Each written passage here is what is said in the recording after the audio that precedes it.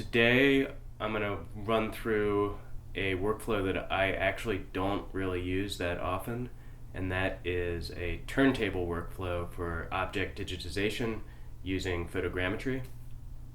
So basically what you're going to need for this is an object. In this case I've got this ceramic stein with a metal lid on it that my grandparents gave to me. So we've got our object, we've got our surface, which is this little camp table, and I'm using this just because it's small, I can move around it easily, and lightweight. The most important part for this sort of workflow is a turntable. So here's this Lazy Susan type turntable that I just got on, I think I got it from B&H Photo Video, and I've taped onto it a hand-drawn piece of paper with some markers just in case the photos don't align. You can manually pick control points. And then I also put 2 scales here just to help with alignment. And these scales are obviously useful not only for scaling the object, because photogrammetry does not have any scale inherently. So you need a known scale in order to give your object any meaningful dimensions. We've got our camera on a tripod. The tripod is very important because I'm going to be turning the object. I'm not going to be moving the camera around the object as you would in normal photogrammetry. So, all that aside, another important thing is light. And you want kind of even, diffuse light. It's really great if you have good light from one side, which we do. You can see these windows here. So for a turntable workflow, because the photographs are only ever going to be taken from basically one angle, it's the object that's moving. So if I know I have good light coming this direction, I want to set my camera up here to take advantage of that. And the fact that I'm sitting here is kind of blocking a little bit of the light, but that's not that big a deal. So to give you a run through basically of how this will go, I'm going to pick a starting point like this, turn the camera on, make sure it's framed properly. So probably the easiest way to do this is to line up the center point of the table with the center point of the Lazy Susan, and then do the same thing with the camera. So I'm aligning this here, and ideally you'd want the object to fill as much of the frame as possible. Because our stein has this handle on it, I can't really center this tightly and have it be the same all the way through, because when I get over here, the handle's going to be on that side. So really the center of this stein, the center of the mass of this stein, is really more like right here. So I'm going to adjust this a little bit, moving it back a little just to make sure that when I spin this. So another thing you can do is do a spin through and make sure that as you go around, it's staying within the frame of the camera, and in this case it's not. It's clipping this off when I get to that side. So I'm gonna go like move it a little further back, test it again.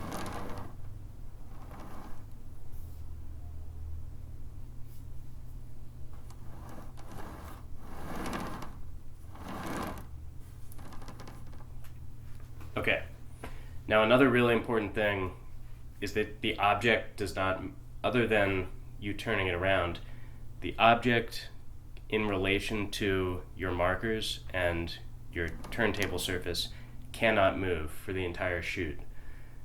So what I'm going to do is I'm going to shoot sort of 3 levels, one like this, one up here, and I'm going to drop this down and shoot. We'll start with the lowest level actually. And this is just to get the underside of the handle.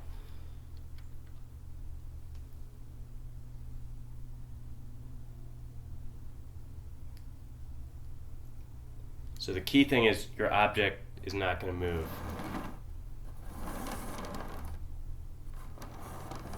Okay. So there's our starting point. I had this on a 2-second delay, so that me touching it doesn't bump it. All right, let's get started.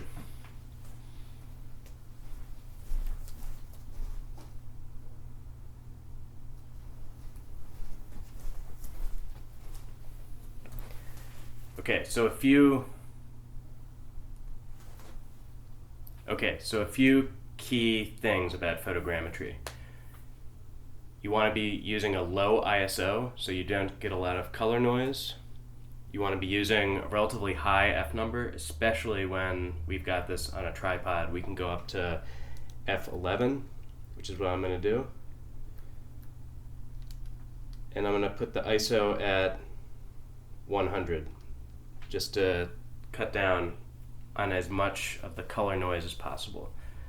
That gives us a lot of leeway in post-processing with pulling down highlights, pushing up shadows. This, because it's so well lit here, we probably don't need to do all that, but I'll do it just to show you the entire workflow. So as I said, this is our lowest point. I'm going to do one circuit like this. I'm going to move it up to about right here, do another circuit, move it up here to get the top, and do another circuit. And then I'm going to flip this on its side and do a separate shoot that will get the bottom of the Stein.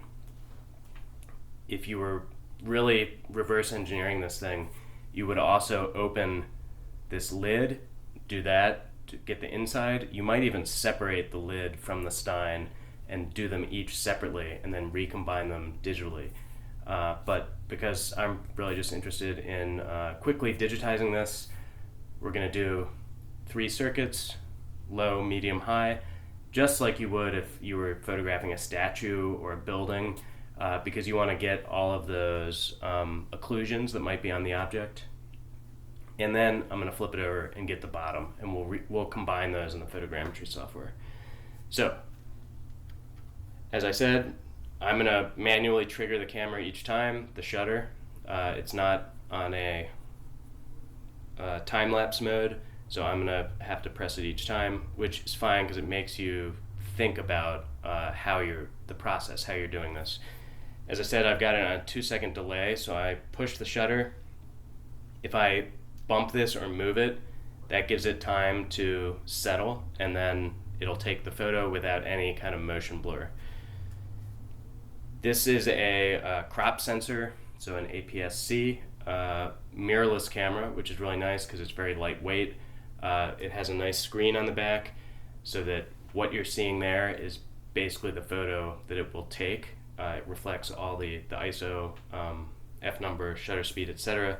I have it on aperture priority mode. So I've set the aperture for f11. I've set the ISO for 100.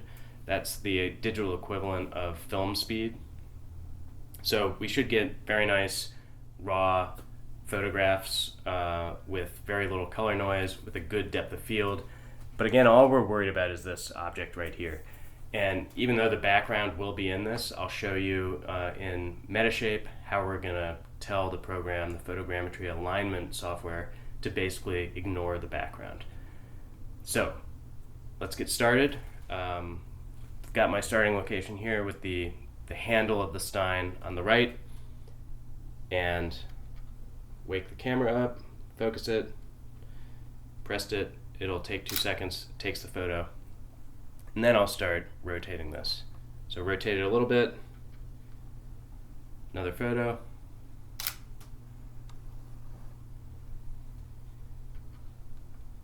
another photo, and I'm rotating it about 10 degrees here each time maybe, so you'll end up with about 35, 36 photos.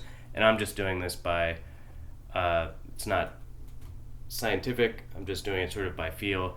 you want there to be, you still need enough overlap between the photographs in order for this to align. Of course, doing these 3 levels is going to help with that some, but I'm really just sort of doing this by feel here, by intuition.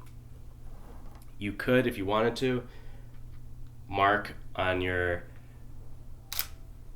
template on the turntable, you could mark the degrees so that you're really precise about knowing how many photographs you'll end up taking if you rotated a certain amount each time.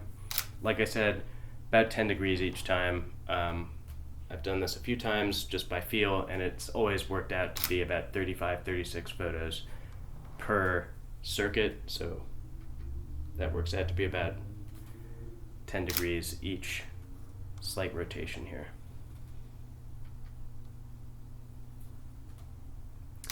All right, I'll leave this running. Speed this up so that you don't have to sit here and watch me do this, and come back and process these photos.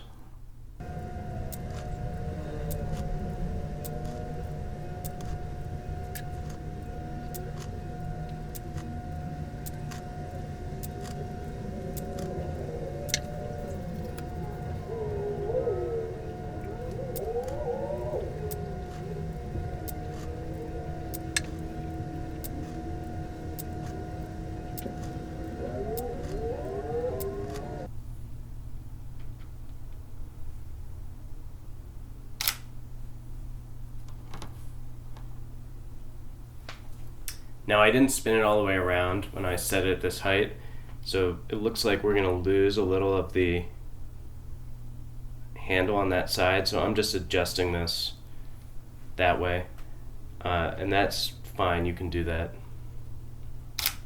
It's not ideal, but you can get away with it.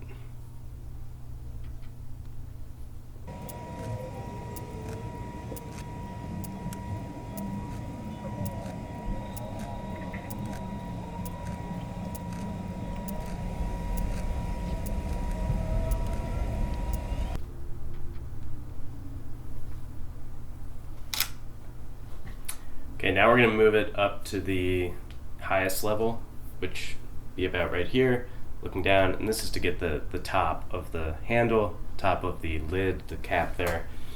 And for this, unfortunately, I'm going to have to adjust these legs, but I'm going to try and keep it roughly in the same spot. It won't be exact.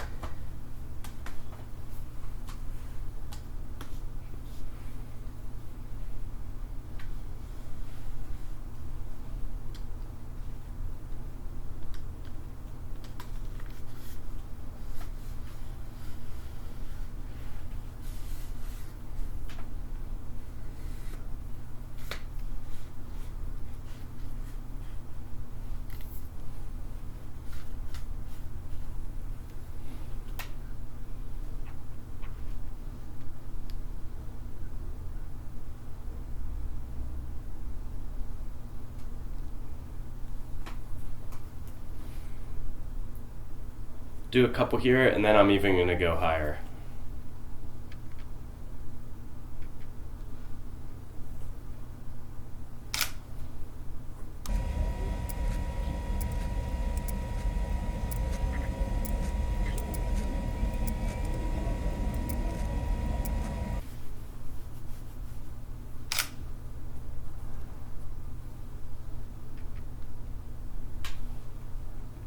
Now when I'm getting to this point where there's this narrow area between the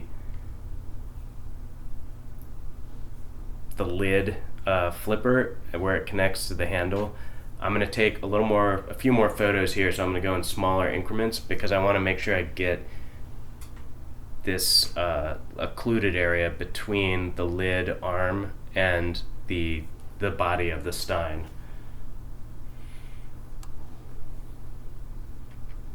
So I'm going maybe at 2 to 5 degrees turning now. So the photos are going to be closer together.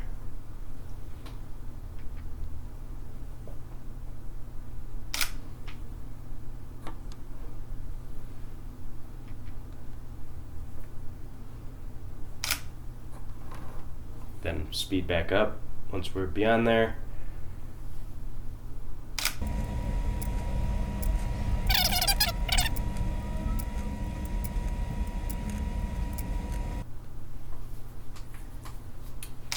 Alright, I'm going to do one more level just to make sure we really get the top of the stein, the lid.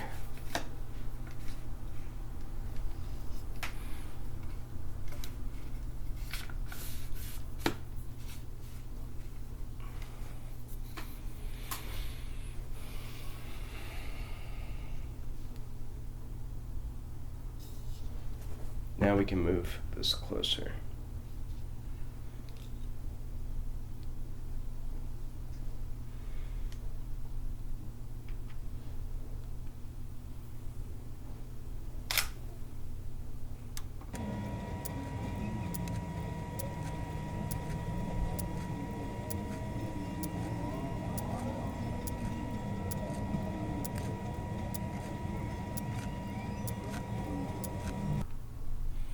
Now when you're doing this top circuit, you could cheat a little because we're really only worried about getting like the very top of this, and you could probably do every 20 degrees here because it'll be able to link with the other circuits you shot further down, but I always sort of try to do things right. So I'm going to do roughly the same number of photos per circuit, and then when I flip it over, I can't put it upside down, unfortunately, because I could if I had some way of kind of holding that, nesting this pointed tip of the stein in something like maybe putty, but I'm just going to lay it on its side in a moment. And all I'm really worried about in that circuit is getting the very bottom of the bottom and the edge of the bottom of the stein, the body.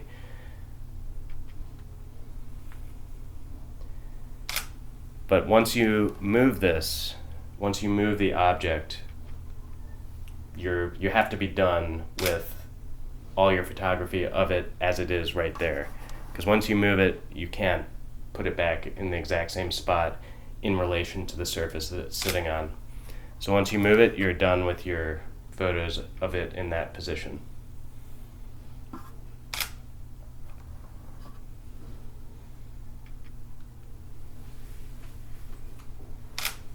Okay,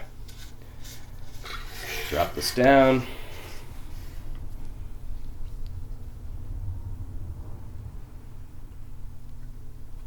So now I'm going to lay this on its side.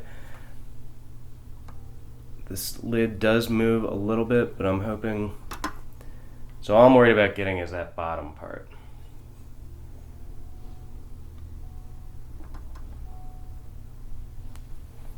And if all goes well, we'll be able to, I might even flip this on both sides just to make sure we get the bottom. So now what the software will detect commonality with is going to be the features on the sides. So that's, you need to photograph the sides at least so that there's some common points. And I may rotate this. I may flip the camera from portrait to landscape mode, but we'll see. No, I don't think I will. I'll keep it like this.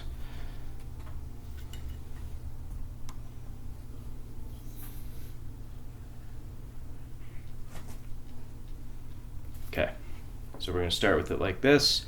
Same idea.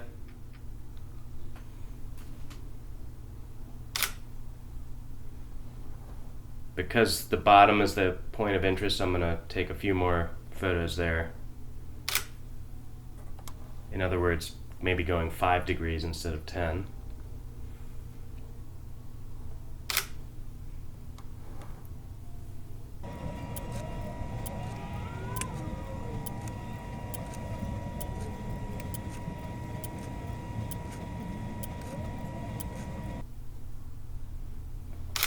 So now if you think about this from the perspective of the camera, where the photograph is taken from of the object, this is roughly the same as when the camera was up here and this was standing up. So now, like, these will be able to link together.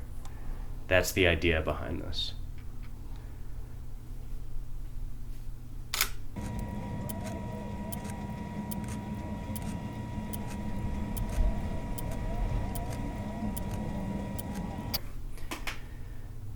That one's done. In theory, that should be enough, but I'm still going to flip this over just to give us a better chance of really getting some good tie points between these.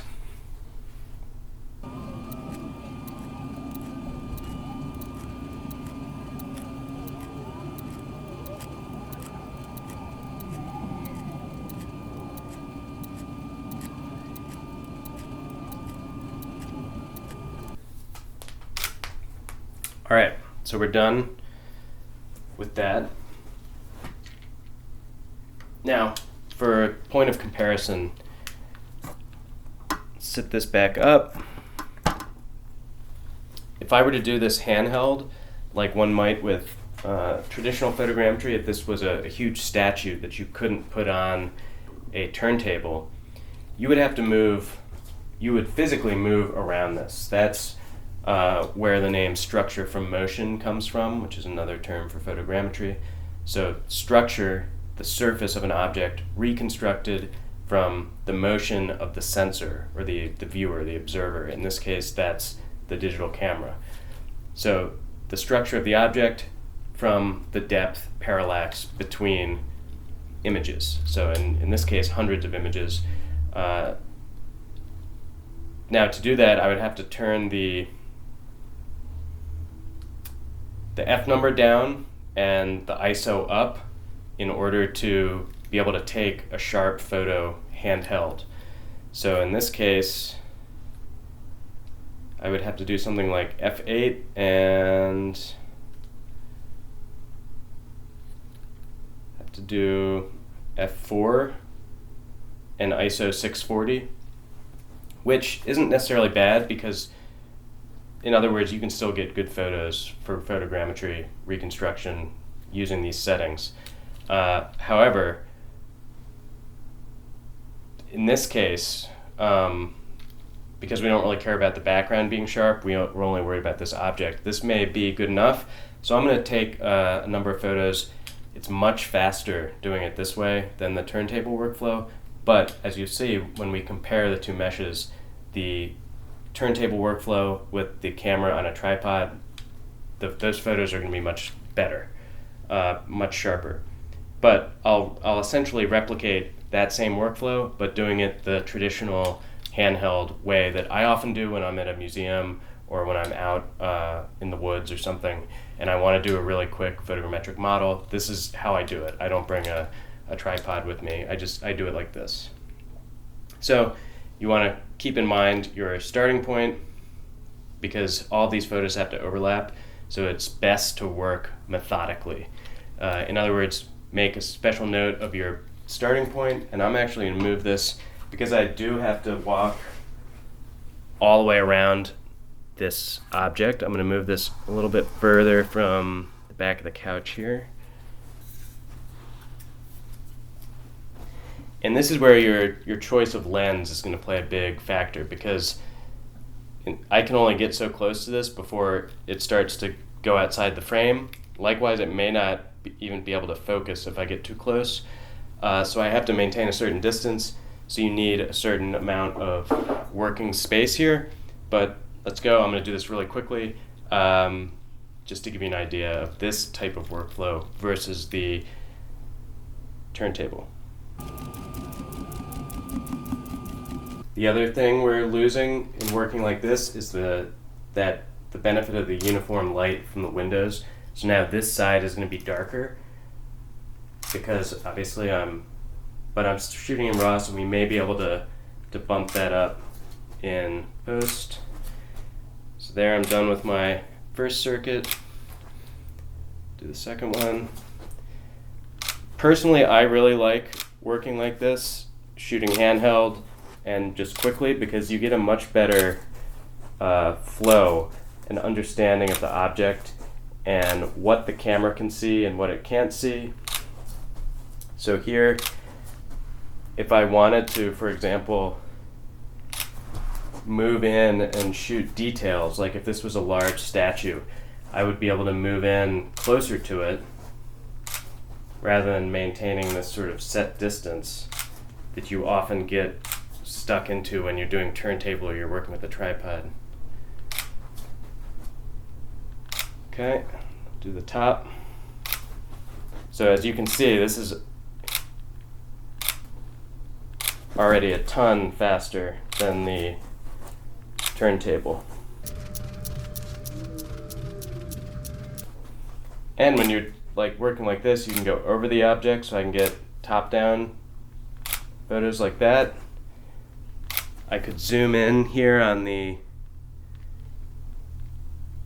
and by zoom in, I'm physically moving closer to that little thumb on the lid.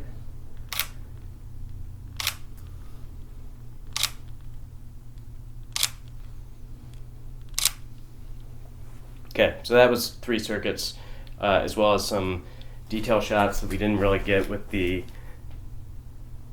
turntable workflow.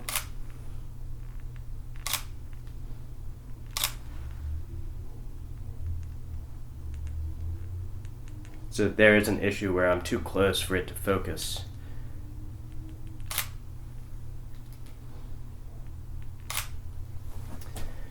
Okay, so that wasn't really seriously done. I might have tried to get some other light on this side. I might have turned these overhead lights on if I was really serious about doing it this way. But I think in a situation like this, where you've got nice uniform light from one direction, that's the perfect time to do this turntable workflow. So let's go load these onto the computer and take a look.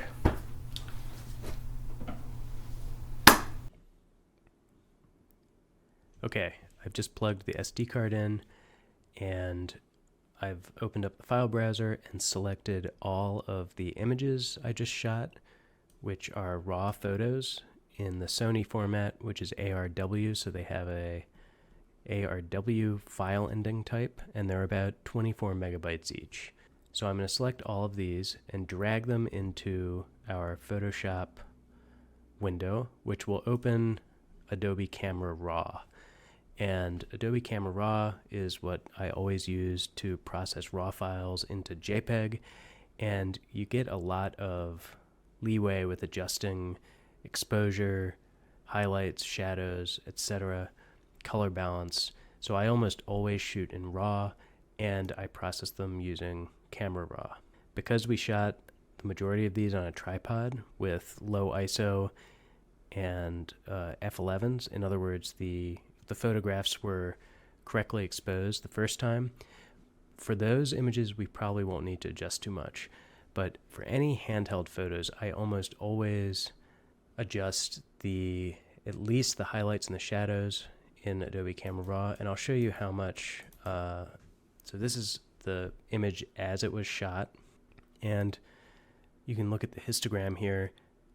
I bumped the exposure up a little, but we probably don't really need to, but I will anyway, just to show you how much adjustment you can do here between pushing and pulling the exposure.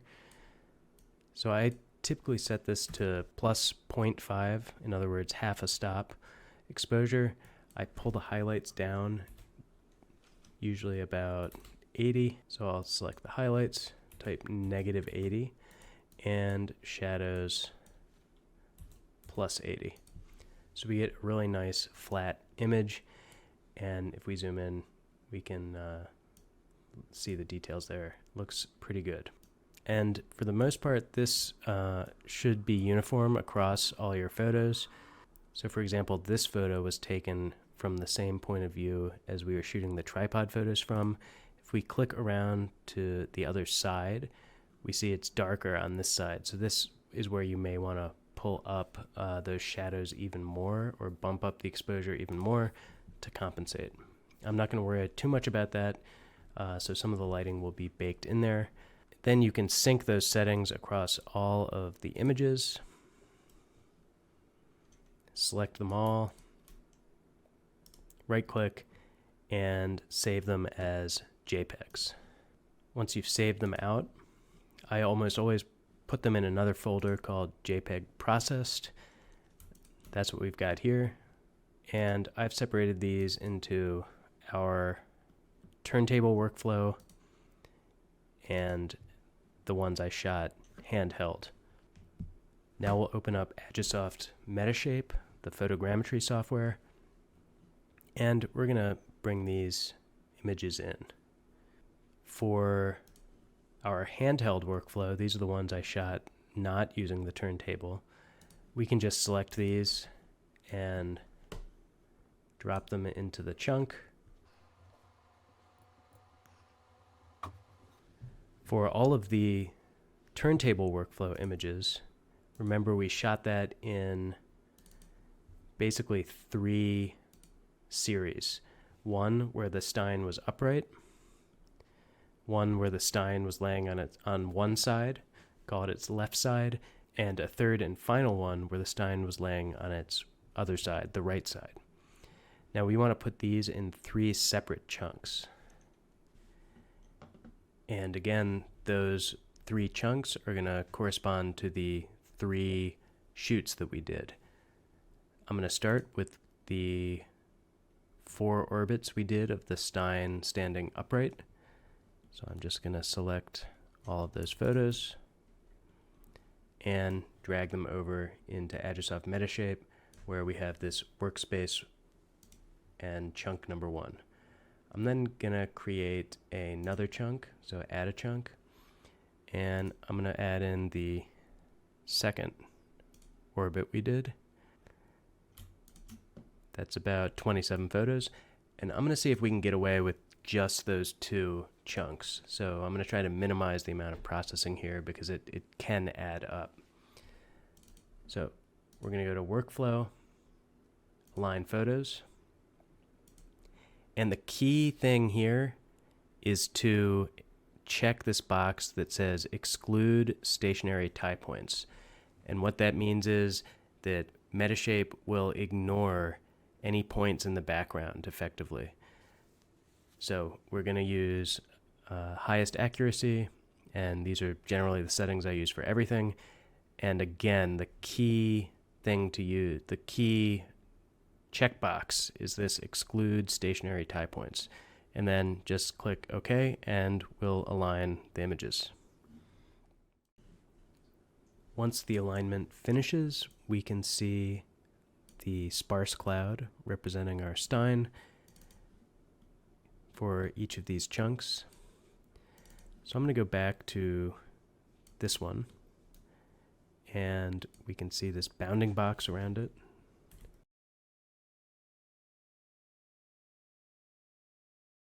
Now what I do after aligning the cameras is to process this as a mesh and then create masks from the mesh. And those masks are going to help a lot with aligning this to the other chunks. So here I'm going to go to Workflow, Build Model. We're going to use depth maps. We're not going to use the dense cloud. And in the interest of time, I'm going to do it on medium quality with a high face count. And you can leave all these other settings as default for the most part.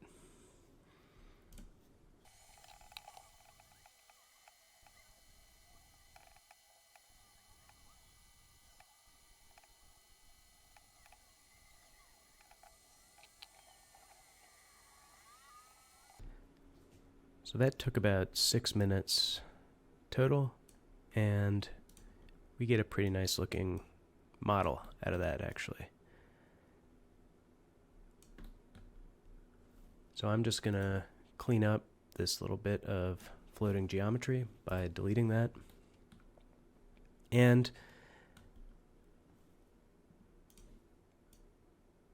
now we're going to create masks from the model. But first I want to get rid of this bit of the turntable that's there. So I'm just going to Select that, delete it.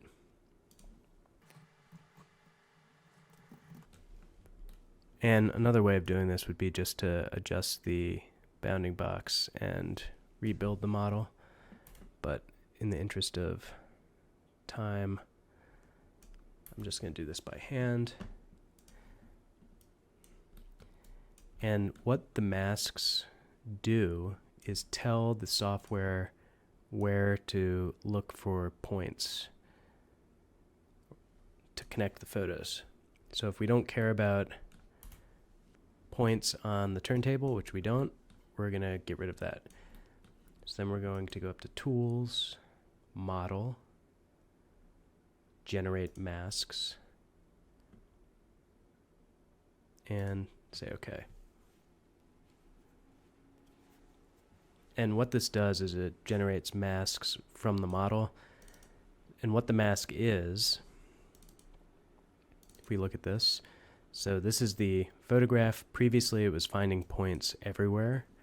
Now it's only going to find points in this area. In other words, it's darkened the background. It's telling the software, don't look for points here. Only look for points in this visible area. At this point, I'm going to duplicate this chunk. And this, I'm being very thorough here.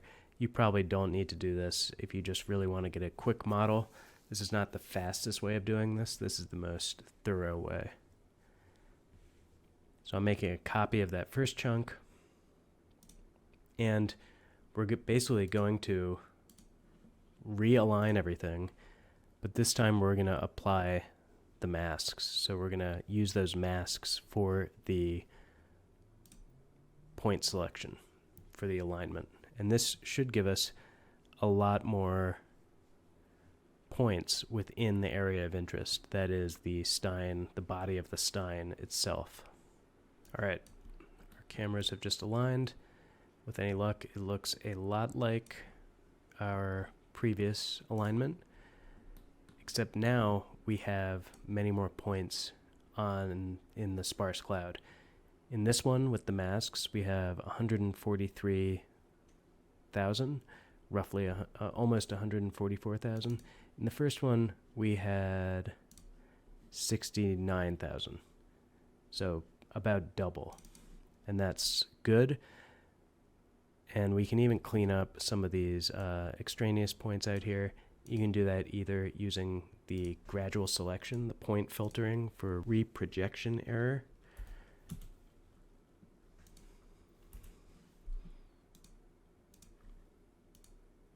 and reconstruction uncertainty. I like using 0.5 and 50 respectively. And then if you see any clearly invalid points, you can just go in and select those manually. So under this, we know there's nothing under the Stein here.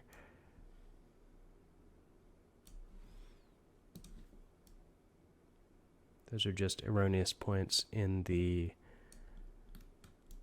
alignment, so we can delete those out.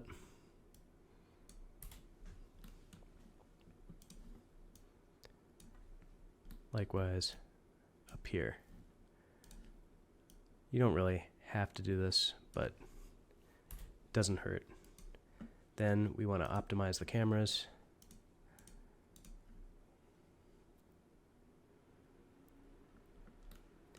Now we're going to go to our second chunk and do the same thing. So here, this is where it's laying on its side. I'm going to orient the model really quickly just to make this easier.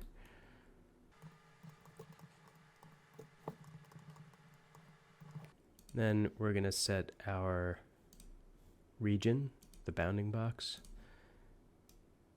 And in this case, I am going to clip as much of the turntable off as I can.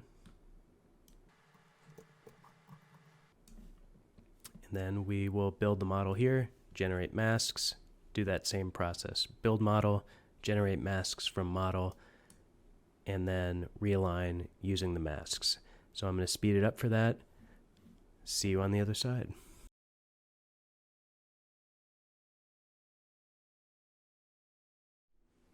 Okay, I'm only going to work with 2 of the chunks here to see if we can get away with just that. So we've got one side chunk and our photos of the model standing up. I'm going to disable these other ones so that we're only working with these 2. So what I did when we had our 2 chunks, we go to Workflow, Merge Chunks, and we're going to combine them into a single chunk with all of the images. In other words, all the images from the upright Stein and the images from the Stein laying on its side. And then, when you have them all in a single chunk and they all have masks, we're going to align photos for that chunk. And here, we want to make sure that we're applying the masks. So we want to make sure that those masks that are telling the software where to look for points are applied to the key points. And if all goes well, when you get your alignment, you should have these 2 perpendicular orbits of camera locations around your object sort of floating in space like this, which is what we see here.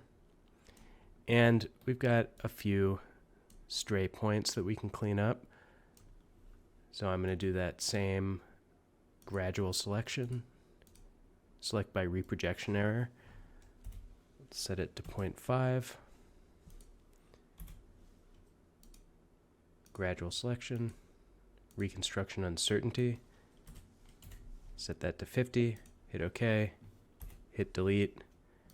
Go to Tools. Optimize cameras. And click OK. This is then going to, with those points thrown out, optimize the camera locations. Now we can even go in and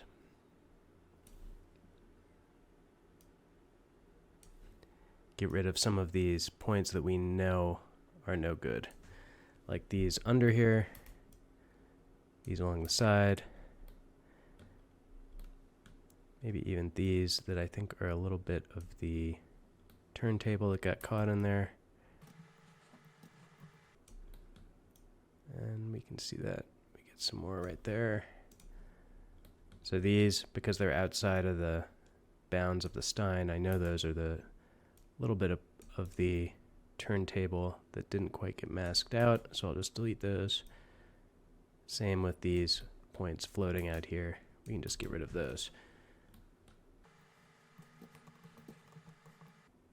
Then we'll go back to gradual selection, do it again, 0.5. Now it's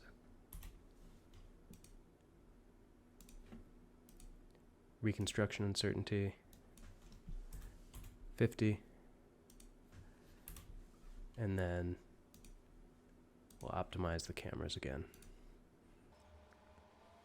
At this point, once you've done this, now you can build the model of our sort of final model. And if you see more of these floating points, you might as well just go in there and get rid of them.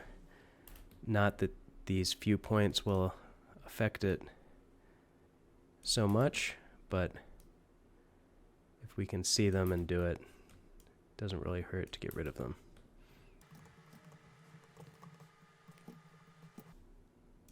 And I especially want to check down here around the bottom, because that's where I feel like we're going to get those little bits of the turntable, the white paper on the turntable showing through.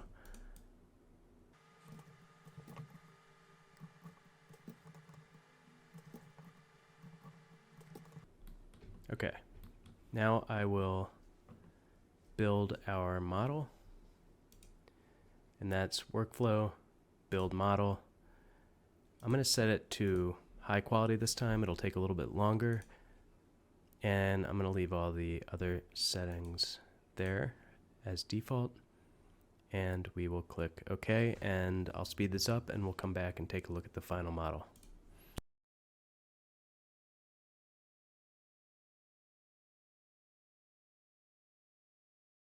Okay, our model has processed. At first glance, it looks pretty good. We are getting a little bit of pockmarking here, but that's to be expected. There's no way we could really photograph the inside of this, so we can clean that up. There's also a little bit of noise along this reflective band, this kind of lacquered reflective band in the center here.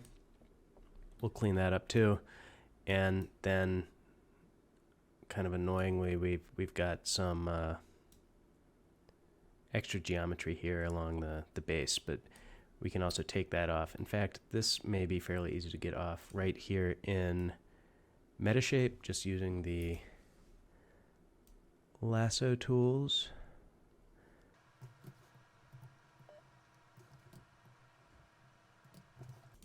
And then we can finalize that in ZBrush. So one thing I always like to do is get rid of any floating geometry using the gradual selection, and that'll get rid of just little bits of geometry that are like this one that are unconnected to the main body here. Okay, so I will save this. Overall, I'm pretty happy with this. We got some good geometric detail in the animal reliefs on here. We can see that if we turn this to shading. So pretty good. This also lets us see where we need to clean this up a bit. Surprisingly, up here on the metal lid, it's not, we don't have that pockmarking. So it's only right here on this this band that runs around it, and I suspect, yeah, it's because it's so reflective. It's very highly polished, and that reflective quality doesn't really change no matter the orientation. So here we can see it's still reflective, but that's just a byproduct of photogrammetry. Does not do well with reflective surfaces. So first step, we're going to export this. And I'm just exporting it as an OBJ. That's what I like to work in usually. And then we'll open up ZBrush. And ZBrush is a great 3D sculpting tool for, especially I really like it using it for photogrammetry objects, because it has some great brushes for dealing with the typical faults that you get on photogrammetry models. So we've just imported our model into ZBrush. I'm using a somewhat old version of ZBrush here, but the tools should still be the same. So the first thing I'm going to do is close the holes. So geometry, modify topology, close holes, and we can see they're closed. And then I'm just holding the shift key, and I'm going through and using the smooth tool to just smooth out the area where I close the holes. And the main tool I'm going to be using is this smooth tool in ZBrush. It's really fantastic. Another tool that I'll use, right here I'm still using the smooth tool, just hitting this area where there's some recessed geometry there. Another tool I'll use is the flatten tool. And the flatten tool is handy for when you have something like this, where you have a surface that you want to bring the recessed sort of pockmark up to. So using the flatten tool, we can hold down the Alt key, and that will lift out that recessed area. Do it again here. So it's sort of like bringing the shallowest part up to the level of everything else. Do it right here as well. And I'm just alternating between the flatten tool and the smooth tool. Right now this is flatten. So pull that up, flatten tool, and then alternating to the smooth tool. And then flatten tool again. I'm just pulling this up to roughly look like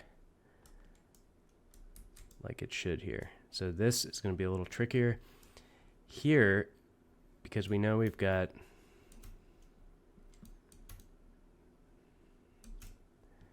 this is our sort of inside, and when I'm working with sculpture, I'm often going back to the photographs, the source imagery, because you want to have it look as close to the original as possible.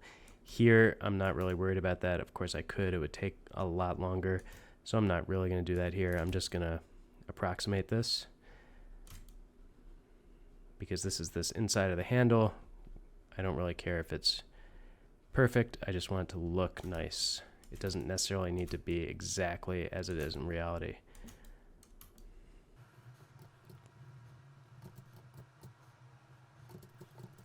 Now, when you're working in ZBrush, it's very important that you don't change the orientation of the object itself. When I'm spinning this around, I'm just changing the view. I am not altering the orientation of the object. And that's really important because we're going to take this same model back into Agisoft, and that's where we're going to texture it. So we're just fixing the geometry here.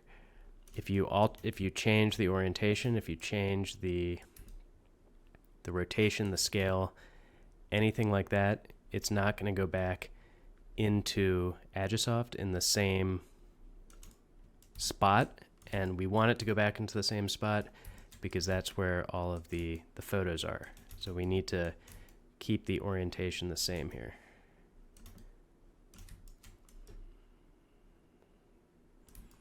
All right, I'm pretty happy with that, actually.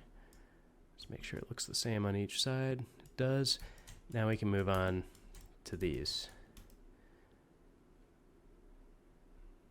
And I'm going to smooth this out first, and then I'm going to go in and bring this out to the level it should be. And I'm just working with a mouse, so this won't be as nice as it could be. So now I'm using the clay buildup tool just to pull that out a little bit.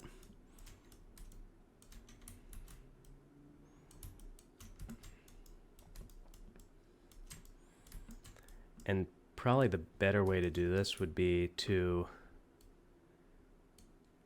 use the masking brush to just delete this recessed part and then close holes, and we'll get it at the level that we want. So I'm just going to show an example of that where I'm just masking all of this.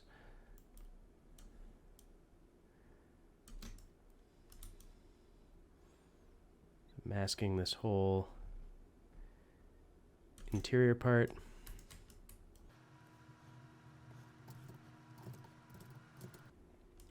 All right, we've masked that. I'm going to invert the mask. Then we have to go to visibility, hide point. So we've just hidden that point. Then we go to geometry, delete hidden, and close holes. And now we get that closed up. It's not perfect, so now we can, but it's not as messy as it would have been. So now we can add the clay buildup tool there to add this sort of lip to it. And of course, you'd want to be a little more precise if you were really worried about this shape.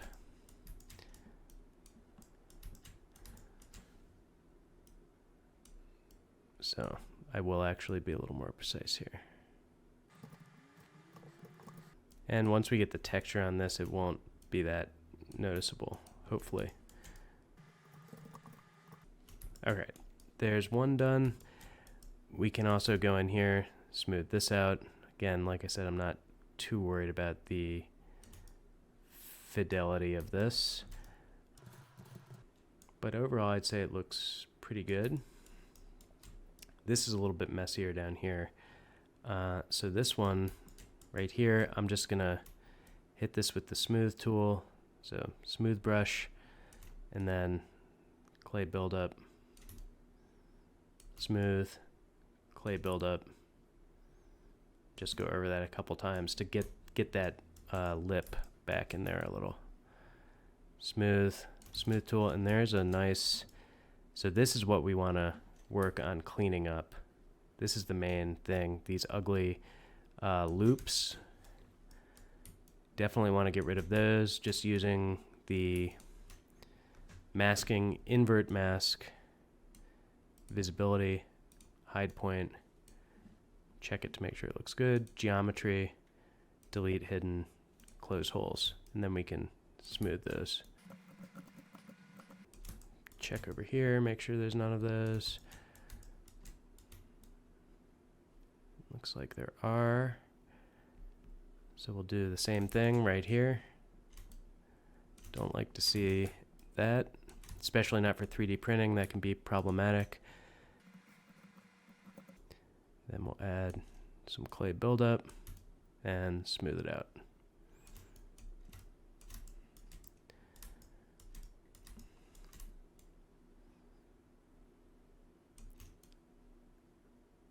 And you'll want to constantly be adjusting your brush size and the strength and so on here. So for this, I'm gonna do that same thing where I mask this off, just because I don't feel like dealing with this. Invert the mask, visibility, hide point, geometry, delete hidden, close holes. Hit it with the smooth tool, and now we can go in with our clay buildup and bring this back up like this. Go over with the smooth tool, and then just sort of blend it in to the rest. Smooth tool. This could be a good spot for the flatten brush. If we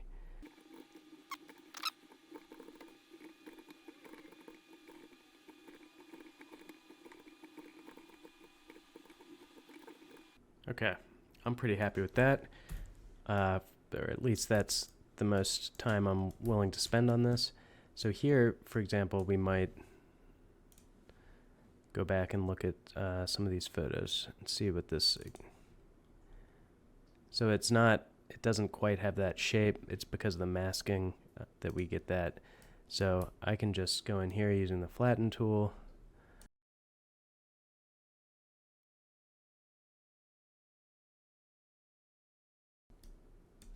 Okay. So that looks better. Now, what I would usually do is retopologize this. I'm not going to do that this time. Just worried about cleaning it up a little bit. I can do another video if people are interested where we do some retopology, also in ZBrush, but this time just cleaning it up. We're going to export it as an OBJ again. So we're going to export.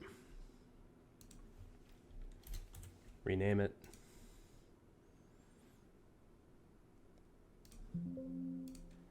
We're going to go back to Agisoft Metashape. We're going to go to File, Import, Import Model. We're going to find the one we modified, and it will come in the exact same spot. And we'll be able to see our changes here. So we cleaned up all those sort of pockmarked areas if we switch between the two. So this looks much nicer. Now we can go to build texture, and we're going to create a texture from the images, a JPEG, an image file that will be UV mapped to this. I didn't re-UV it, so we're just going to let Metashape do the UVing, and we're going to make a 4096 texture, just one of them. You can do multiple textures, but we're going to stick with one, and we'll click OK.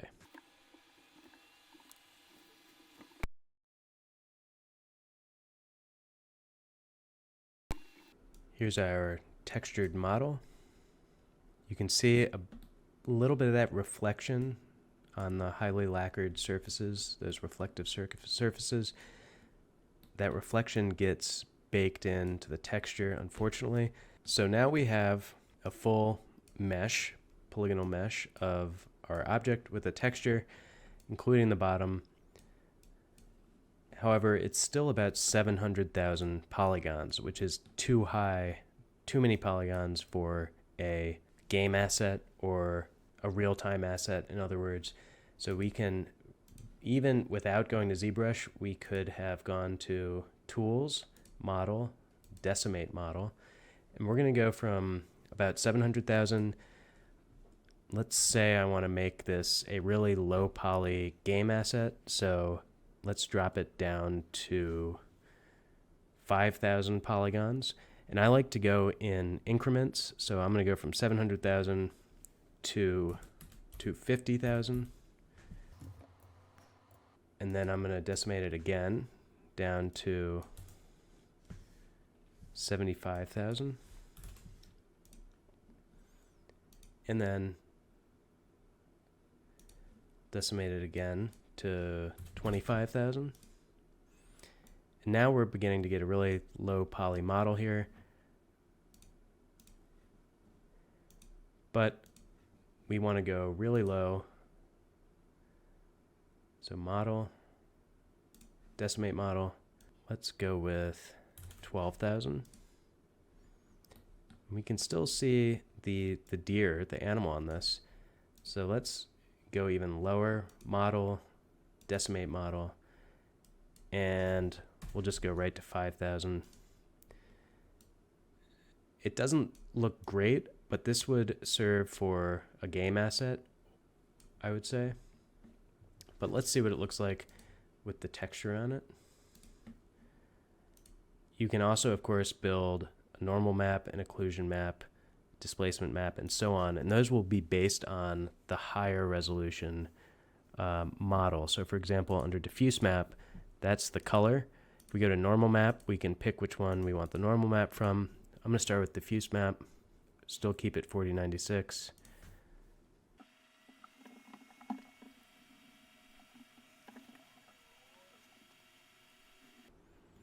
And there is our textured 5,000 polygon model.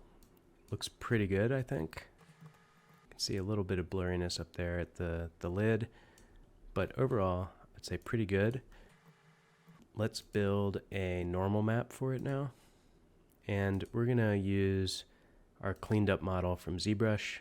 This is our normal map right here. That's the normal map based on the high-res model. That other one was an elevation map. So here's the normal map. You can see a little bit of seaming in there, but the real detail comes through on this, the tracery on the lid here. So there you have it. That's a turntable workflow. We did a series of photos of the Stein standing up, one orbit of it laying on its side. We combined those in Metashape using the chunk and masking sort of process, and then we reduced it down, cleaned it up in ZBrush, and now I'm going to export this for Sketchfab, and I will put a link to the Sketchfab model in the video description. All right, hope you enjoyed that. It's a little bit long, so if you made it this far, congratulations, and I'll see you next time.